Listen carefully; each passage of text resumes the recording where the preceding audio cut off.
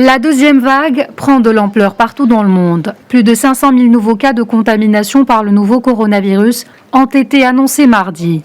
7 723 nouveaux décès ont également été enregistrés. L'épidémie a en effet battu un nouveau record.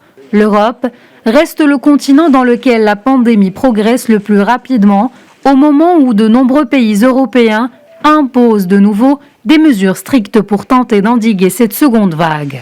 Cette augmentation du nombre de cas déclarés dans le monde s'explique en partie par la hausse du nombre de tests réalisés depuis la première vague de l'épidémie en mars-avril dernier. L'Union européenne va en effet engager 100 millions d'euros pour l'achat et la distribution de tests rapides, dits antigéniques, pour enrayer la nouvelle flambée de Covid-19. Les tests antigéniques ne nécessitent pas d'analyse en laboratoire et le résultat peut être connu en 10 à 30 minutes. Dans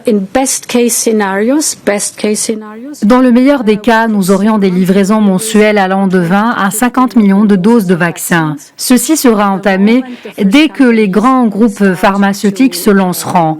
Le plus grand nombre de doses sera prêt en avril prochain.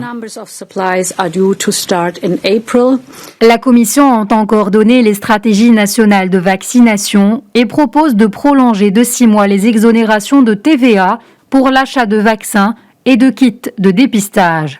La chef de l'exécutif européen a par ailleurs appelé de nouveau à harmoniser les règles pour les voyageurs à travers l'Europe, réclamer une interopérabilité accrue entre les applications de traçage national et demander aux États d'intensifier le partage des données sanitaires.